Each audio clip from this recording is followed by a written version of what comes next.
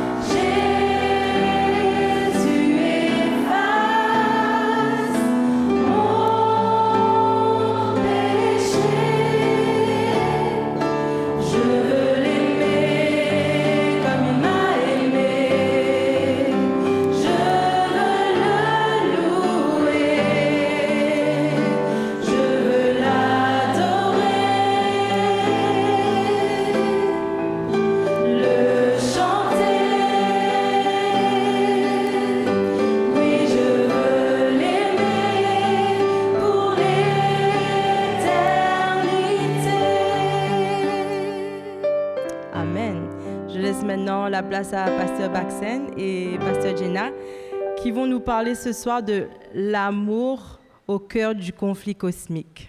Bonne écoute. Good evening everyone, bonsoir à tous. It's good to be here once again this evening and I'd like to welcome each and every one of you. C'est bien de se retrouver ici ce soir et je voudrais souhaiter la bienvenue à chacun de vous. And we want to make sure that every visitor who has come out this evening feels welcome. We are glad that you are here.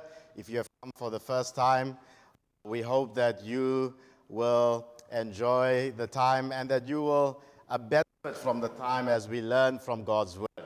J'espère que chaque visiteur se sent bienvenu ici et sont à l'aise aussi. Et j'espère aussi que chacun va profiter vraiment de la parole de Dieu et de tout ce qui va être extrait de cette.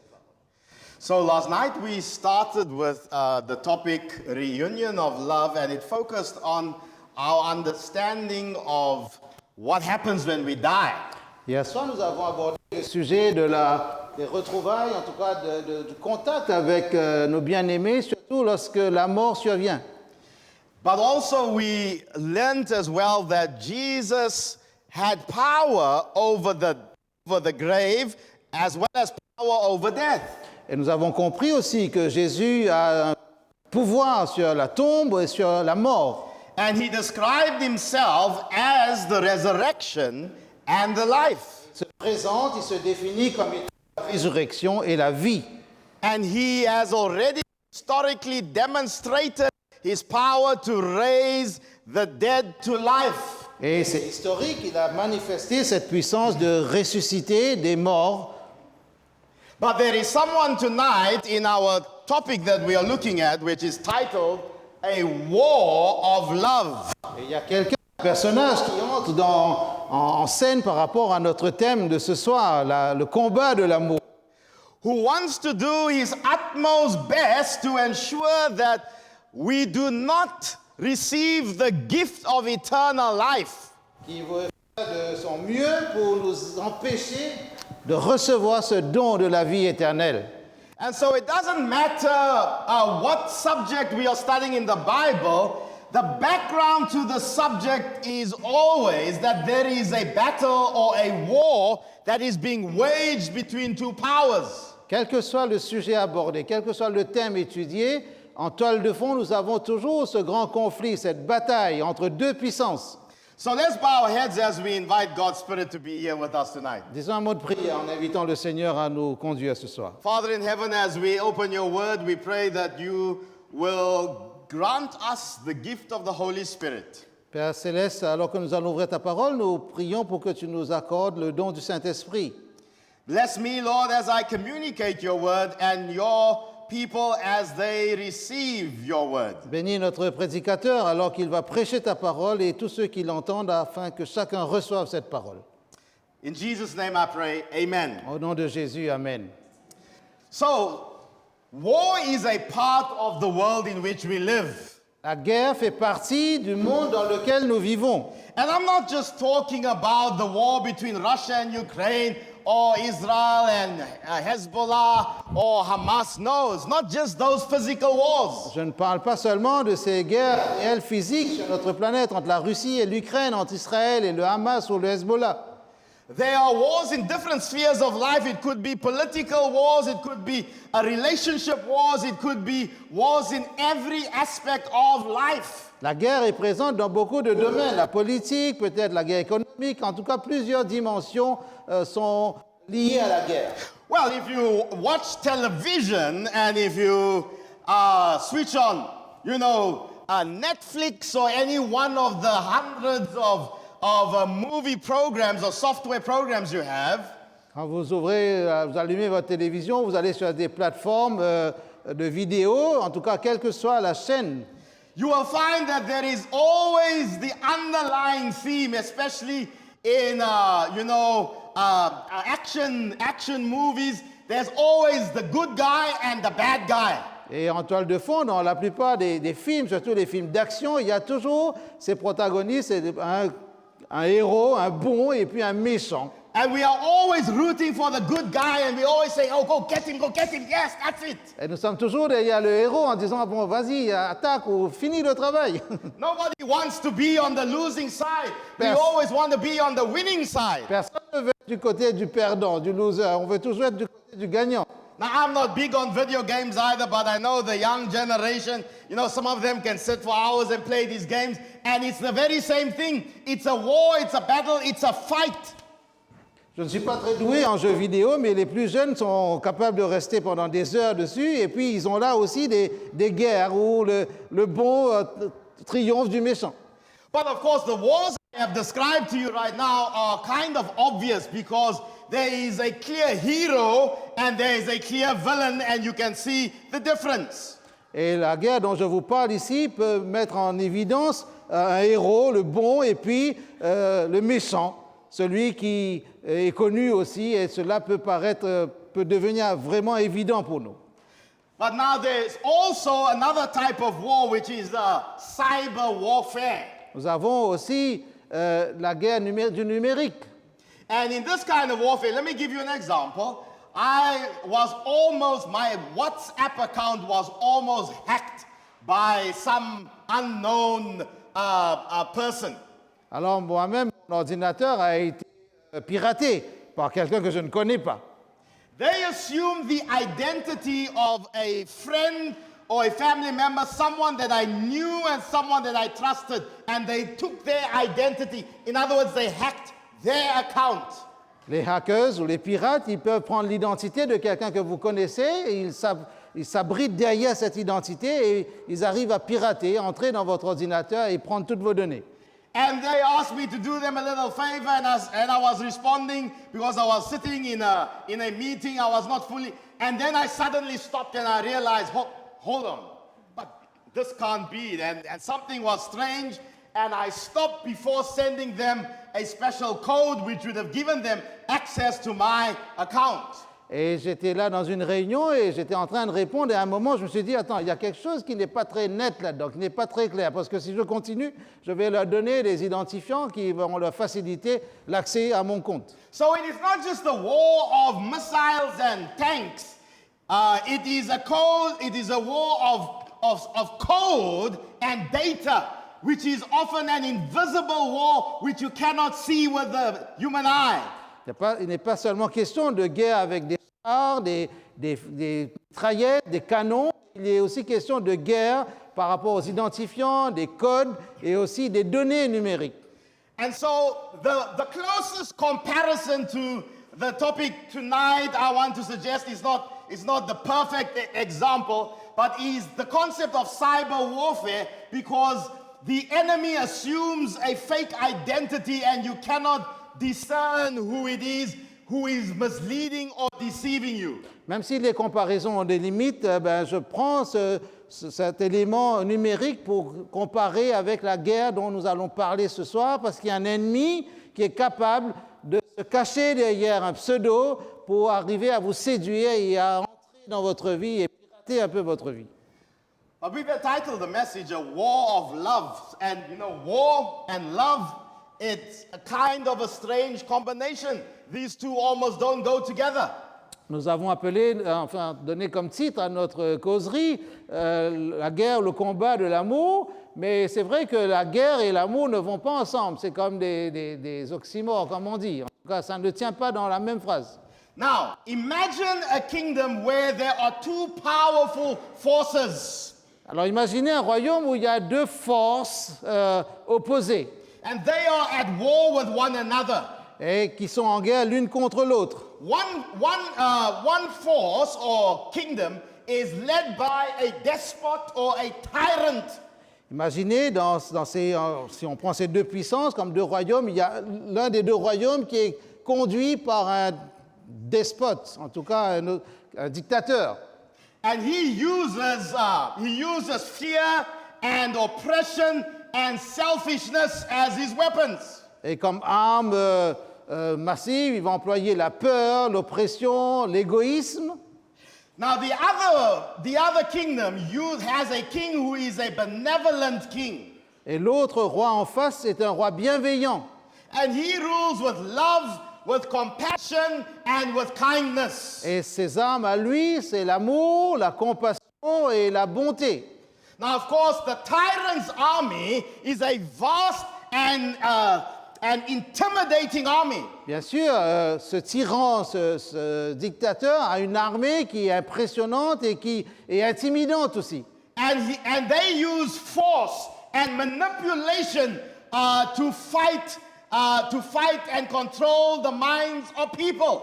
Et c'est une armée qui est vaste et qui utilise la force, la manipulation pour contrôler les gens. In contrast, the benevolent king's army is larger and more powerful, but fights with a different kind of weapon. En contraste, le roi bienveillant a une armée qui est vaste aussi, qui est bien nombreuse, mais qui, avec force, lutte en utilisant une arme différente. And this is the weapon of love. Et c'est l'arme de l'amour. So one day a young soldier from the benevolent king's army is captured by the tyrant's forces. Un jour, il y a un jeune soldat de l'armée du roi bienveillant qui est capturé par les forces du roi tyran. So instead of retaliating with violence, the young soldier showed kindness and compassion instead. Et au lieu de riposter avec violence, le jeune soldat a plutôt réagi et répondu par la bonté envers ses captifs. And so he started to give food to the enemy. He started to take care of their injuries and their wounds. Donc il va prendre soin des gens qui sont là-bas dans le camp ennemi et il va soigner leurs blessures. And of course, these actions confused the enemy. They said, but I mean, we captured this guy, but he's so kind, he's so compassionate, and he's helping us.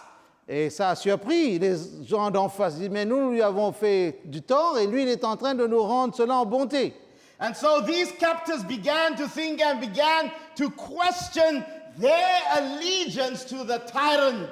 Et ceux qui l'ont dominé jusqu'ici se disent, mais pourquoi il agit comme ça? Et ça les a amenés à remettre en question leur allégeance vis-à-vis du tyran. So the attitude of this young soldier, his love and his compassion began to spread throughout the army's ranks. Et l'attitude, la démarche de ce jeune soldat a commencé à faire effet, à impacter ceux qui observaient sa démarche. And more soldiers from the tyrant side or the enemy side joined the benevolent king side and joined the side of love. Et de plus en plus de soldats, en tout cas de gens qui étaient dans l'armée d'en face, commençaient à abandonner, à déserter l'armée du tyran pour aller dans l'armée du roi bienveillant. And so eventually the tyrant's army simply just crumbled and they could no longer withstand because the other side won, not because of weapons of warfare, but because of love. Et l'armée du tyran a commencé à tomber presque en ruine parce qu'il y avait de moins en moins de gens et la vraie force n'était pas la violence dans l'armée d'en face, mais l'autre armée a vaincu grâce à l'amour. Now we go to the Bible tonight and we go to a verse in the book of Revelation, the last book in the Bible, chapter 12 and verse 7. Nous allons dans la Bible, le dernier livre de la Bible, au livre de l'Apocalypse, chapitre 12, verset 7. And it says there, because here war breaks out in the most unlikely of places, in heaven. Et là, il est dit, et une guerre va surgir dans l'endroit le plus improbable, c'est-à-dire la cour céleste. And it says, and war broke out in heaven. Michael and his angels fought with the dragon. Il est dit, il y eut une guerre dans le ciel, Michael et ses anges combattirent le dragon.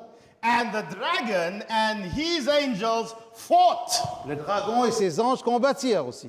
So once again, you see here there are two forces, not three, not four, only two sides. Là aussi, on remarque qu'il n'y a que deux pouvoirs, deux puissances opposées, pas trois, pas quatre. And of course, you on the one side you have Michael and his angels. Michael is often described as Jesus in the apocalyptic literature of Daniel and Revelation. Et d'un côté, nous avons Michael et ses anges. Et Michael est un personnage qui reflète, qui représente le Christ si on se base sur la littérature apocalyptique telle que le livre de Daniel et le livre de l'Apocalypse aussi. And of course, the term dragon has appropriately been used in the book of Revelation as a description of, and we will see that in just a moment as well, Satan. Et le dragon, le terme dragon a été employé dans le livre de l'Apocalypse pour décrire celui que nous allons voir dans quelques instants, Satan. And so here we see war breaks out in heaven in the very house of God. Et là, on voit que la guerre a surgi dans la maison même de Dieu. Now, of course, we don't have the time and we don't have the ability to figure out how that happened. The fact is, it did happen. Nous n'avons pas assez de temps, mais nous n'avons pas aussi tous les moyens de comprendre, de décrire comment cela s'est produit. Mais la Bible dit que cela s'est produit. But we go to the next verse, and that's verses 8, chapter 12, and it says, but they, talking about the dragon and his forces, did not prevail. Et le verset suivant dit, et nous parlons du dragon, mais ils ne furent pas les plus forts. And it says, nor was place found for them in heaven any longer. Et leur place ne fut plus trouvée dans le ciel.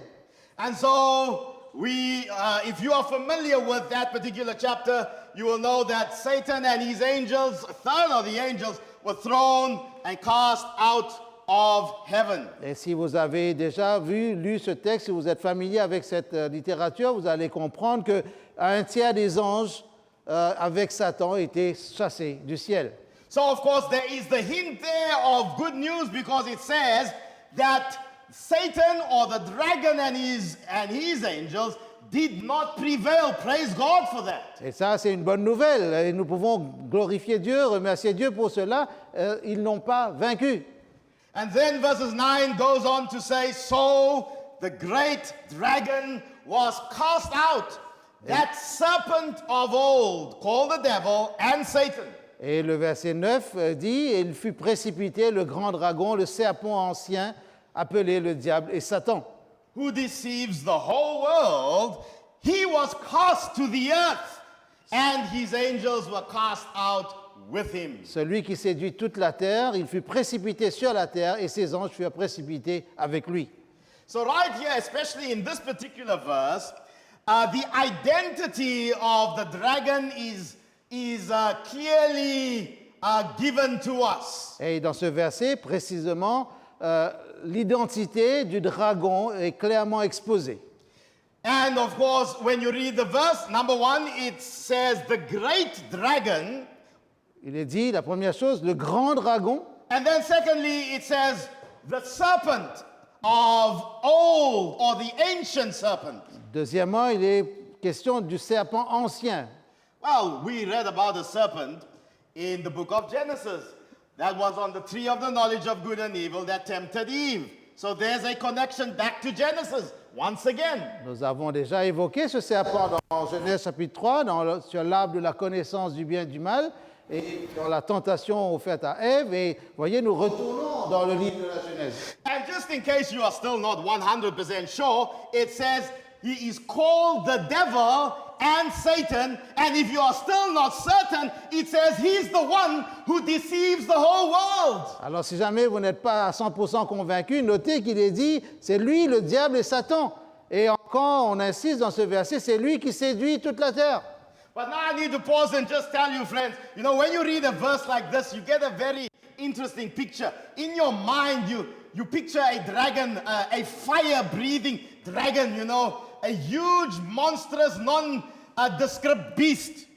Mais peut-être quand vous lisez ce verset, vous visualisez un monstre, un dragon, une grande bête. However, I want you to be aware that Satan, when he comes to you, he doesn't come as a dragon. He very often comes as someone who is very appealing and very attractive.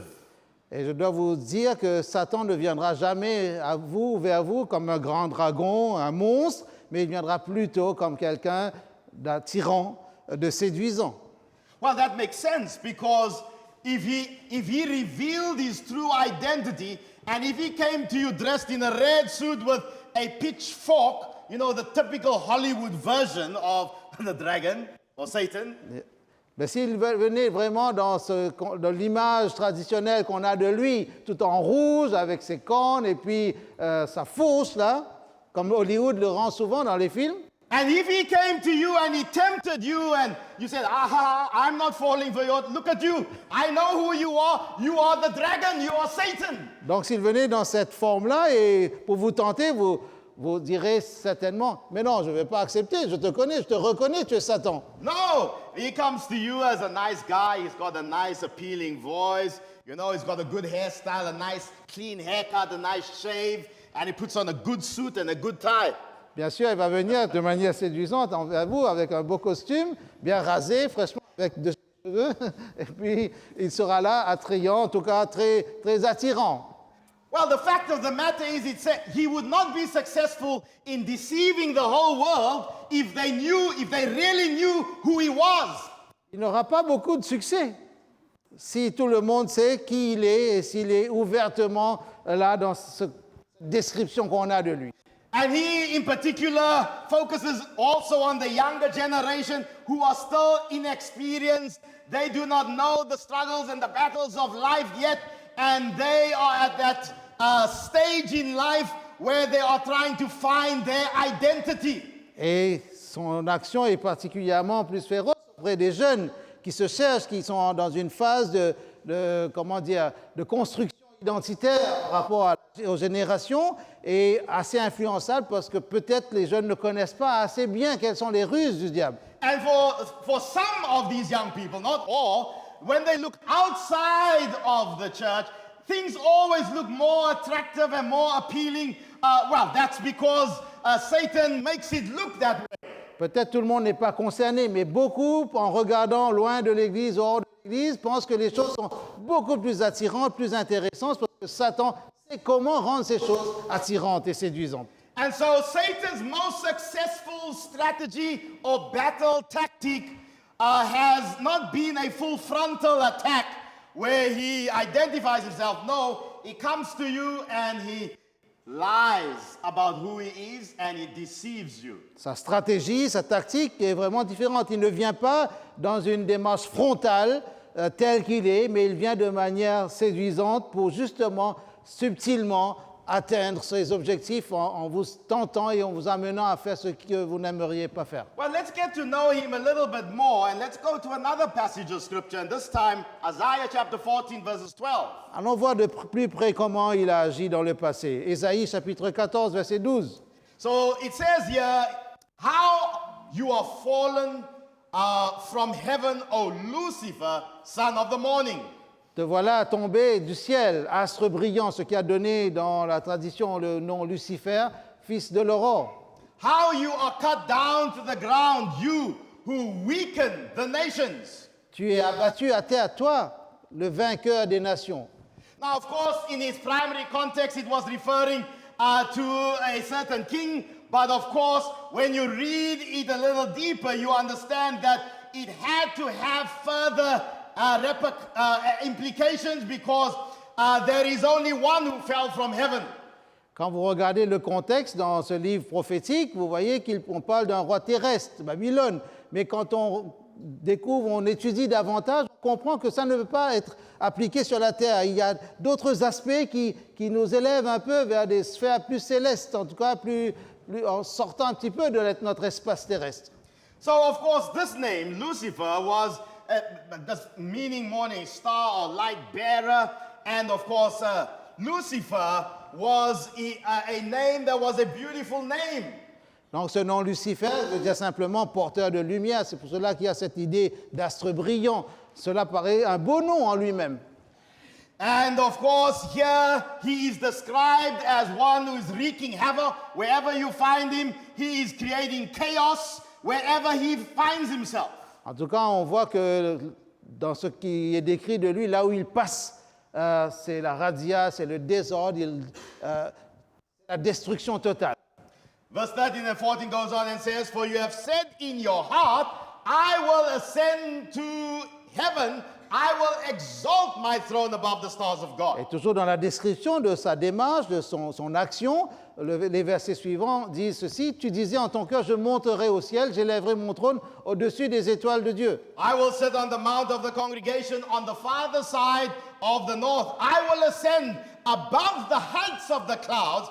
I will be like the Most High. Je m'assierai sur la montagne de l'assemblée ou de la congrégation à l'extrémité du nord, du septentrion. Je monterai sur le sommet des nues, je serai semblable au Très-Haut. And so here we see the true character of Lucifer. You know, he was created and given a high position in heaven, but he wanted more. He wanted to be like God. Nous avons ici que Lucifer avait une place importante, il avait une responsabilité, mais seulement il voulait plus. Et tellement plus qu'il voulait aller jusqu'à être l'égal de Dieu, il voulait vraiment prendre cette position supérieure, qui n'était pas son statut. I will be like the Most High. This is the highest form of blasphemy. He wanted to be the creator. Je veux être semblable au Très-Haut, c'est le summum du blasphème. And so we go to Ezekiel this time, chapter 28, verse 15, which throws some further light on Lucifer. Nous prenons un autre livre prophétique, Ézéchiel, chapitre 28, qui va jeter un peu plus de lumière ou une autre manière de comprendre encore ce personnage. Now, you may have guessed already, but Lucifer wasn't always the devil. No. Vous avez certainement deviné, Lucifer n'était pas toujours le diable. There was a point in time, which we have just read a little earlier, where he wanted a little bit more than he had been given. Nous avons vu à l'instant qu'à un moment, il avait une position, mais il voulait plus que ce qui lui était attribué. And Ezekiel 28 confirms that, for it says in verses 15, you were perfect in your ways from the day you were created till iniquity was found in you. Ézéchiel chapitre 28, verset 15 dit, voilà, tu as été intègre dans tes voies depuis le jour où tu fus créé jusqu'à celui où l'iniquité ou l'injustice a été trouvée chez toi. And so Satan, Lucifer, was perfect. In other words, when God made him, God did not make a mistake. There was no defects in Satan. Donc quand Dieu l'a créé, Dieu n'a pas créé Satan, Dieu n'a pas créé un être avec des défauts, il était bien, il était parfait, comme c'est dit, et il ne pouvait pas, on ne peut pas dire que Dieu a créé quelqu'un de défaillant. But of course, he had freedom of choice. And wherever you have freedom of choice, that means you can either choose to serve God or you could choose not to serve God. Mais il avait la liberté, et la liberté c'est choisir, donc il pouvait choisir comme chacun, soit de servir Dieu ou le contraire. All right, and so then we go back to Revelation, the last book of the Bible, chapter 12, once again, and verses 12. Et nous retournons dans Apocalypse chapitre 12, verset 12. Because now we've been introduced to the dragon, who was Lucifer, and we've learned a little bit more about him. Maintenant que nous avons parlé du dragon, de Lucifer, que nous avons appris un peu plus au niveau de sa démarche, de son parcours, But by the time we get back to Revelation chapter 12 and verses 12, we pick up that this warfare is ongoing and continues to intensify. et nous avons compris entre-temps que cette guerre se poursuit et prend et gagne en intensité. So of course the war began in heaven, the war was transferred down to the earth, and then Satan fought, but then saw he was losing the battle.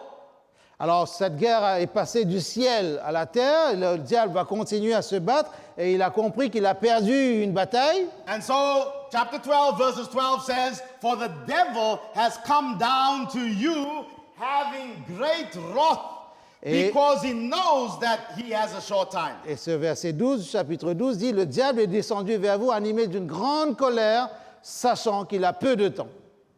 And so Satan, of course, knew that he was going to face the greatest challenge of his existence when Jesus, and of course the Trinity, agreed that Jesus, from all eternity, would become the Savior of mankind.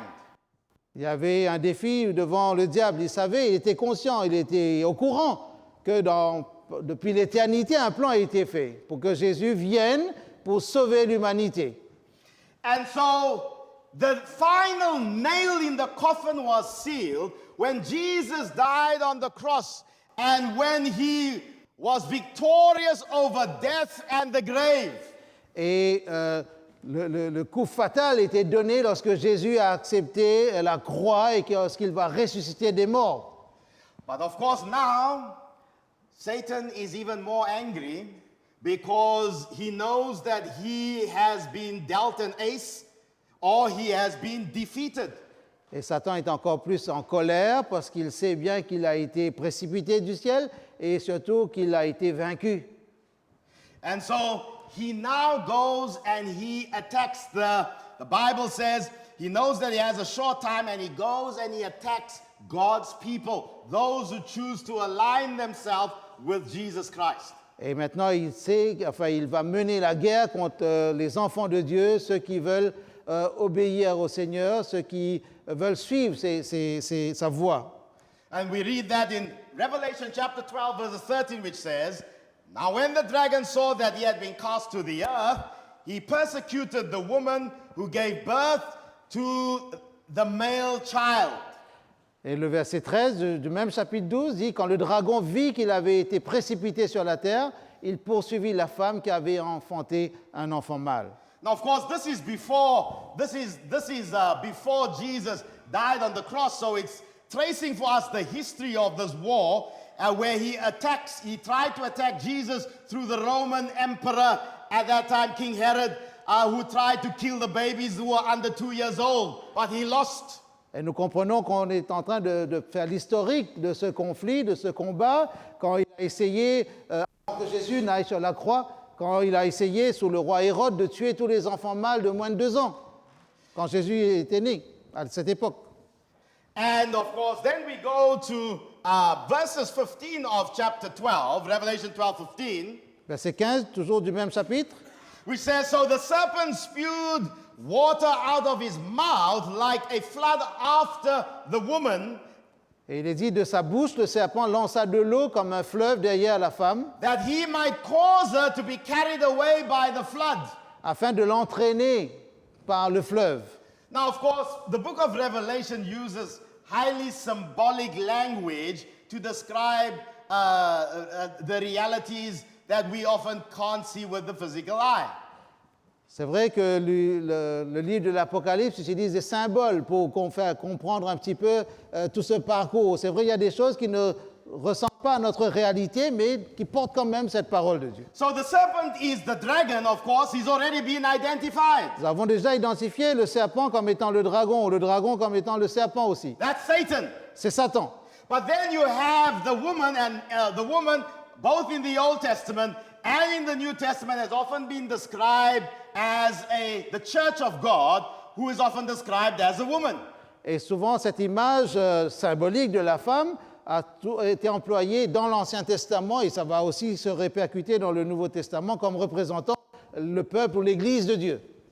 And so there was a period of time in history, this actually happened, where the church of God in what was described as the Middle Ages or the Dark Ages were persecuted and put to death in the most horrendous forms conceivable. Dans l'histoire, nous avons connu aussi cette période qui est appelée le Moyen Âge ou la période obscure, l'obscurantisme, où l'Église était persécutée d'une manière très féroce. And so Satan's best strategy at that time was often persecution. He tried to destroy and to kill those who were faithful and loyal to God. Et à cette période-là, Satan, sa stratégie, c'était la violence. En détruisant, en mettant à mort, en persécutant, pour lui, il pouvait éliminer les enfants de Dieu. And this he did for a time and a half of times. We are not going to spend time on this one, but it's the 1,260 years from 538 to 1798 AD. Si vous prenez même les manuels d'histoire et si vous posez cela sur les prophéties bibliques, vous allez voir qu'il a agi de cette manière pendant 1260 ans, une période qui a commencé en 538 pour finir en 1798. And this is confirmed with all credible historical accounts as well. C'est ce que je disais, ouvrez aussi les manuels d'histoire et vous pouvez découvrir tout cela. But then it describes a flood that is coming out of the mouth of the serpent. Et le texte décrit aussi un fleuve qui sort de la bouche du serpent. And the question is, this is symbolic language, but what does it mean? C'est un langage toujours symbolique. Que signifie cette idée, cette image? It is Satan's attempt to sweep away God's faithful people by deception and by false teachings. Et ce fleuve représente comme si une sorte d'inondation utilisée par Satan pour défaire le peuple de Dieu à travers de faux enseignements. But praise God, it says in the next verse, chapter 12, verse 16, but the earth helped the woman. Mais gloire soit rendue à Dieu, le verset 16 dit, et la terre secourut la femme. And the earth opened up its mouth and swallowed up the flood which the dragon had spewed out of his mouth. Et la terre ouvrit sa bouche et engloutit le fleuve que le dragon avait lancé de sa bouche. Once again, symbolic language symbolizing how the earth at that time protected God's people. The earth was a refuge and protected them from the attacks of the enemy. Une manière de dire comment le peuple de Dieu a été protégé dans cette période difficile, délicate, et que la terre en tout cas les peuples aussi ont entouré le peuple de Dieu et a sauvé, a maintenu cette continuité de la foi. But then we get to verses 17 of Revelation chapter Et nous 12. passons au verset suivant, 17. And it says, and the dragon was enraged with the woman and went to make war with the rest of her offspring who keep the commandments of God and have the testimony of Jesus Et Christ. il est dit de manière claire, le dragon fut irrité contre la femme et il s'en alla faire la guerre au reste de sa postérité, à ceux qui gardent les commandements de Dieu et qui ont le témoignage de Jésus. So this is where Satan redoubles his efforts and changes his strategy. And whereas in the past he put emphasis on persecution, now he adopts a new strategy. Et voilà comment il change de stratégie. Dans le passé, il avait utilisé la violence, la persécution. Maintenant, il va changer de stratégie. Il aura une approche différente. And of course, the strategy is lies and deception. Bien sûr, cette stratégie correspond au mensonge et à la séduction. And of course, he attacks God's faithful people. And so he seeks to mislead them, he seeks to delude them and to deceive them. Et dans sa nouvelle stratégie, pour attaquer le peuple de Dieu, il va les séduire, il va essayer de les induire en erreur, il va créer des mensonges pour essayer de les éloigner de la vérité biblique.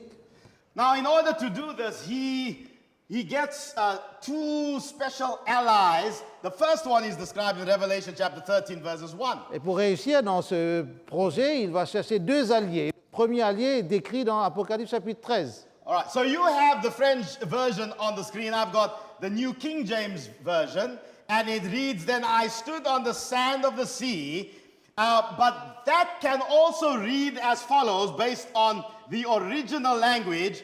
Then he referring to Satan or the dragon, stood on the sand of the sea. Selon la version biblique que vous utilisez, le dernier verset du chapitre 12 va dire « Et je me tins sur le sable de la mer ». Mais dans beaucoup de versions, il va dire « Et il se tint » en parlant du dragon, « Il se tint sur le sable de la mer ». And so he brings forth these allies to come and help him to fight against God's people and to deceive the world so that they do not see Jesus Christ as the Savior and Redeemer. Et à travers ces figures, ces images symboliques, il va faire appel, faire venir, comme s'il va aider à l'avènement de ces deux alliés pour continuer à séduire et éloigner des gens de Jésus. And it says, I saw a beast rising up out of the sea, having 7 heads and 10 horns, and on his horns 10 crowns, and on his heads blasphemous name. Et il est dit dans ce premier verset d'Apocalypse 13, « Et alors je vis monter de la mer une bête qui avait 10 cornes et 7 têtes, sur ses cornes 10 diadèmes, et sur ses têtes des noms blasphématoires, des noms de blasphème. » Now, I only got 9 minutes left, so we can't explain each and every one of these, but this is a power that is closely associated in its identity with the dragon. Nous avons peu de temps qui nous reste, mais pour dire, faire court, en tout cas, voilà des aspects, différents éléments qui permettent de cerner la personnalité, l'identité de ce dragon dans cette nouvelle stratégie. And so for the time being, what we need to understand is what this beast power does. And it says in chapter 13, verse 7, it was granted him to make war with the saints and to overcome them. Ce qu'il nous faut comprendre, pour aller à l'essentiel, c'est qu'il fut donné à cette bête, à cette force, cette puissance qui monte, de faire la guerre aux saints et de les vaincre. So here you can see that there is a war going on. Satan is agitated and he is doing everything in his might and his power to get all the support he can to mislead God's people and to mislead the world. Et vous voyez bien que la guerre se poursuit et Satan fait appel à un allié ou à des alliés, il va faire de son mieux, il va utiliser de toutes sortes de stratagèmes pour essayer de vaincre, de terrasser le peuple de Dieu et l'empêcher de suivre les commandements de Dieu. This power, it says in Revelation chapter 13, verse 6, and he was given a mouth. There you have the mouth once again. And when you hear about the mouth, it is often referring to what comes out of the mouth, not in terms of what the mouth says. This mouth was speaking great things and blasphemies, and he was given authority to continue for 42 months. Et notez que cette bête a une bouche, ça veut dire qu'il y a un pouvoir de communiquer, et il lui fut donné une bouche qui proférait des paroles arrogantes et des blasphèmes, et il lui fut donné le pouvoir d'agir pendant 42 mois, c'est-à-dire 1260 ans. And so this mouth speaks against God, against the foundation of God's government. It attacks God's, of course, we will be talking about that in the next topic, which is tomorrow night, attacks God's law, but also attacks the foundation of God's truth and salvation. Donc nous voyons que là, il y a vraiment comme une attaque frontale sur la parole de Dieu, les vérités que Dieu veut transmettre et sur la base même de son gouvernement, de son autorité, de la vérité que Dieu veut proposer à l'humanité. And then there's another beast, and that is described to us in Revelation chapter 13, verse 11. Et il y a une deuxième bête qui vient aussi à la surface, qui entre en scène. And it says, Then I saw another beast coming out of the earth and had 2 horns like a lamb and spoke like a dragon. La première bête venait de la mer et la deuxième, verset 11, puis je vis monter de la terre une autre bête qui avait 2 cornes semblables à celles d'un agneau et qui parlait comme un dragon. So this beast, unlike the first beast, does not come out of the water, it comes out of the earth. Donc contrairement à la première bête qui est sortie de la mer, la deuxième vient de la terre. And so just a little hint, of course, water symbolizes many multitudes, peoples, etc. Selon l'Apocalypse toujours, les eaux, les fleuves représentent des peuples, des nations. But this power comes out of nowhere in a sparsely populated area and it rises to power progressively but becomes a dominant world power. Mais cette deuxième bête ne vient pas des peuples déjà existants, mais plutôt vient comme si d'une terre vide, mais qui va gagner du pouvoir rapidement. And initially this power is a very Christian power because it speaks like the lamb, or it had 2 horns like a lamb rather. Et en interprétant ce symbole, on comprend que parce que cette bête parle comme un agneau, ben, certainement il y avait un fond chrétien ou christianisé déjà dans ce peuple. But this power will begin to exercise force and coercion and will begin to speak like a dragon. Mais cette puissance, ce nouveau pouvoir va commencer à utiliser la force, la coercition, en tout cas la pression, comme un dragon. So in short, it is the dragon, the sea beast, and the land beast that unite together in an attack on God the Father, the Son, and the Holy Spirit. Voyez juste l'image, il y a le dragon, la bête qui monte de la mer et la bête qui monte de la terre qui vont s'opposer à Dieu le Père, le Fils et le Saint-Esprit. But because this threesome power is unable to fight against God the Father, the Son, and Holy Spirit, he uses deception and attacks God's people instead. Parce que ce triple pouvoir ne peut pas attaquer et vaincre Dieu, Père, Fils et Saint-Esprit, alors ils vont attaquer plutôt le peuple de Dieu et essayer de les terrasser, comme si pour attaquer Dieu indirectement. Revelation 13:4 says, and he deceives those who dwell on the earth. That's the approach that he uses. Et voilà la tactique, verset 14 du chapitre 13 toujours, et elle séduisait les habitants de la terre. And so, friends, I need you to understand that the enemy's primary tactic in the last days before Jesus comes is to use deception to mislead the minds of many of us today. And our only safety is standing on the Word of God and understanding what Bible truth is. Mes amis, je veux vous dire qu'à la lumière de cette parole, la tactique du diable dans ces temps de la fin va surtout orienter les esprits, les manipuler pour les éloigner de la vérité. Et notre sauvegarde, notre salut ne se trouvera que dans un enracinement profond dans la parole de Dieu. So as the devil launches this attack on God's church and God's people in the last days, God gets his forces together and sends out a message of love and of good news. Alors que cette déferlante de séduction, de mensonges va essayer de submerger le peuple de Dieu, Dieu va envoyer un message, un messager. Revelation 14 verse 6 captures it and says, Then I saw another angel flying in the midst of heaven, having the everlasting gospel to preach to those who dwell on the earth, to every nation, tribe, tongue, and people. Apocalypse 14, 6 dit ceci, je vis un autre ange qui volait par le milieu du ciel, ayant un évangile éternel pour l'annoncer aux habitants de la terre, à toute nation, à toute tribu, à toute langue et à tout peuple.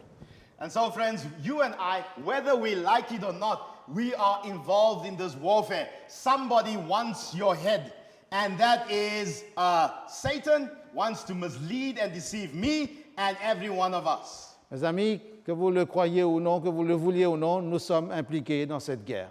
Satan veut notre tête, Satan veut nous induire en erreur, nous éloigner, vous et moi, de la parole du Seigneur. And the fact of the matter is, when he attacks us, the Bible describes our vulnerability. Because it says in Ephesians chapter 6, verses 12, For we do not wrestle against flesh and blood. La Bible nous dit la vérité sur la situation. De manière réaliste, dit que, voilà, nous sommes vulnérables. Nous ne luttons pas, Éphésiens 6, verset 12, c'est Paul qui écrit, nous ne luttons pas contre la chair et le sang, mais contre les principautés, contre les puissances, contre les princes des ténèbres de ce siècle, contre les armées spirituelles de la méchanceté dans les lieux célestes. But against principalities, powers, and against the rulers of darkness of this age. So it's a spiritual battle. Donc c'est un combat spirituel. It's a war not just from the outside, it is a war, a spiritual war that happens in the mind, and Satan is using this attack against every single one of us. Ce n'est pas une guerre qui vient de l'extérieur, mais c'est une guerre qui nous atteint de l'intérieur parce qu'elle veut atteindre notre esprit, notre intellect, notre intelligence, parce qu'il veut vraiment terrasser chacun de nous. But our last text this morning gives us the solution to this battle against each and every one. Et notre dernier texte ce soir nous donne une orientation par rapport à cette guerre. Revelation chapter 12 verses 11 says, "And they overcame him by the blood of the Lamb and by the word of their testimony." Et Apocalypse 12, verset 11, nous donne cette orientation et cette bonne nouvelle. Mais eux, ils l'ont vaincu à cause du sang de l'agneau, à cause de la parole de leur témoignage. And they did not love their lives to death. Ils n'ont pas aimé leur vie, même face à la mort. So we ending on the note of love. You see, here are those who truly love the Lord and they love God's truth and they are willing to go all the way with Jesus. Donc nous terminons sur cette note positive de l'amour. Ceux qui aiment Jésus, ceux qui veulent rester fidèles, ceux qui veulent être positifs aussi et rester dans le chemin pour vaincre aussi grâce au sang de l'agneau. So the secret to victory is being on the winning side, which is on the side of Jesus Christ. Donc le secret de la victoire, la clé de la victoire, c'est être du côté de Jésus.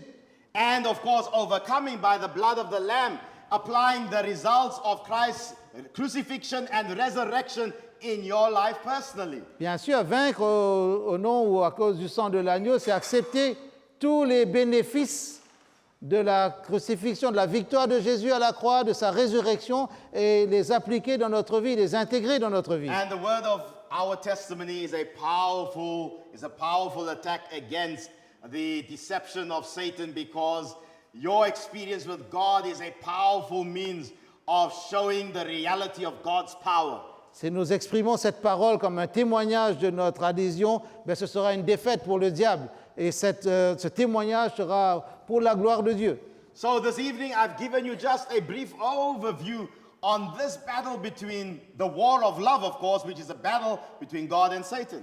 Ce soir, je vous ai donné un point de vue général, global, sur cette guerre entre Dieu et Satan.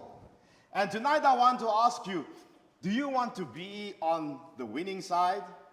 We all want to be on the winning side, but tonight in particular, we have to make a choice as to whether we want to be on the dragon side or on God's side. Ce soir, je veux vous poser la question, est-ce que vous voulez être du côté des gagnants ou du gagnant? C'est vrai que nous aimons tous gagner, mais il faut vraiment ce soir que vous y pensiez sérieusement. Est-ce que vous voulez être du côté du vainqueur ou vous voulez être du côté du dragon? I want to ask those who want to put up their hands with me tonight and say, Lord, I choose to be on the winning side. I choose to be on Jesus' side. Est-ce que Raise your quelqu'un hands ici with me. veut lever la main en disant, Seigneur, je veux être du côté de Jésus, le vainqueur? God bless you. I see Dieu vous bénisse. your hands. God sees Je your vois vos hands. mains, Dieu voit vos mains. And you are covered by the blood of Jesus and through the power of the Holy Spirit. Et si vous voulez être du côté de Jésus, vous êtes couverts par le sang de Jésus, par l'action, l'influence du Saint-Esprit. This is your greatest protection. Ça, c'est votre protection suprême. Continue to study the Word of God. There's so much more to learn about this subject. Continuez à étudier la parole de Dieu. Il y a encore tellement de choses à découvrir sur ce thème. And keep your eyes fixed on Jesus, because it's really all about Him and what He has done for us. Gardez les yeux fixés sur Jésus, parce que tout est centré sur lui, sur ce qu'il a fait pour nous. We will now listen to a special song that will focus on Christ and His power. Nous allons maintenant prêter attention à un chant spécial qui va nous orienter vers la présence du Christ et sur son pouvoir.